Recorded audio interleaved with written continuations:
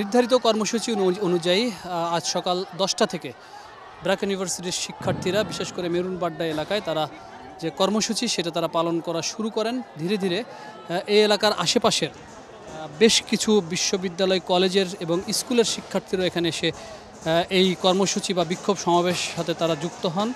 আমরা যেটি দেখেছি, ব্র্যাক ইউনিভার্সিটির বিশ্ববিদ্যালয়ের শিক্ষার্থীরা, ইস্ট ওয়েস্ট ইউনিভার্সিটির শিক্ষার্থীরা সহ বেশ কিছু বিশ্ববিদ্যালয়ের শিক্ষার্থীরা এখানে তাদের যে আন্দোলন, কোটা সংস্কারের যে দাবি, সেই আন্দোলনে তারা অংশ নিয়েছেন এবং বিশেষ করে যেটি হলো বলা হচ্ছে শাটডাউন, তাদের প্রোগ্রাম কমপ্লিট শাটডাউন, সেই শাটডাউনের তারা অংশ নেন। কিন্তু সময় গড়ানোর সাথে সাথে ঠিক 11টা নাগাদ, 11:15 নাগাদ এখানকার যারা শিক্ষার্থী রয়েছেন তারা যেটি আমাদেরকে বলেছেন যে পুলিশ অযাচিতভাবে তাদের উপর টিয়ার শেল এবং যে রাবার বুলেট সেটি তারা নিক্ষেপ করে এবং আপনি যদি দেখেন তার পরিপ্রেক্ষিতে সেই ধারাবাহিকতায় কিন্তু পুরো এলাকায় শিক্ষার্থী এবং পুলিশের সাথে এক ধরনের সংঘর্ষ তৈরি হয়। এবং আপনি দেখেন এখন পর্যন্ত, যদি একটু দেখেন যে এখন পর্যন্ত কিন্তু রামপুরা, বাড্ডা, মালিবাগের যে অংশ রয়েছে সেখানে পুরো ছাত্ররা কিন্তু রাস্তায় নেমে তাদের আন্দোলন করছেন এবং পুলিশের সাথে ধাওয়া ধাওয়ার মতো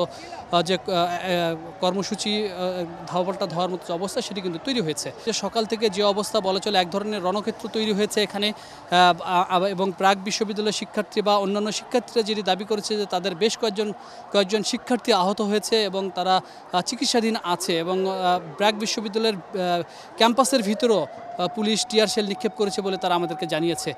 পুলিশের পক্ষ থেকে যদি এখন পর্যন্ত কথা কেউ বলেননি। আমরা যেটি দেখছি যে রাস্তার বিভিন্ন মোড়ে মোড়ে আগুন জ্বালিয়ে দেওয়া হয়েছে এবং ট্রাফিক নিয়ন্ত্রণের ক্ষেত্রে যে ব্যারিকেডগুলো সেগুলোতে আগুন লাগিয়ে রাস্তার উপরে শিক্ষার্থীরা আন্দোলন করছে। পাশাপাশি রামপুরার একেবারে মোড়ে যে ট্রাফিক সহকারী পুলিশ কমিশনারের যে কার্যালয়টি ছিল সেই কার্যালয়টি ভাঙচুর করা হয়েছে এবং সেখানে কিন্তু আগুন লাগিয়ে দেওয়া হয়েছে।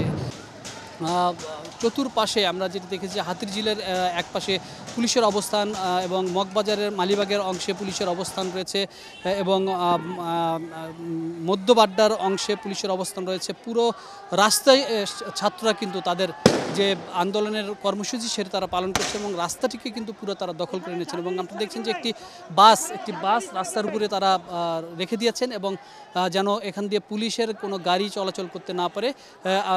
এই অবস্থার মধ্যে দিয়ে আসলে এখানে আন্দোলন শিক্ষার্থীরা চালিয়ে যাচ্ছেন। তারা যেটি বলছেন যে তাদের দাবি না মানা পর্যন্ত তারা এই আন্দোলন চালিয়ে যাবেন।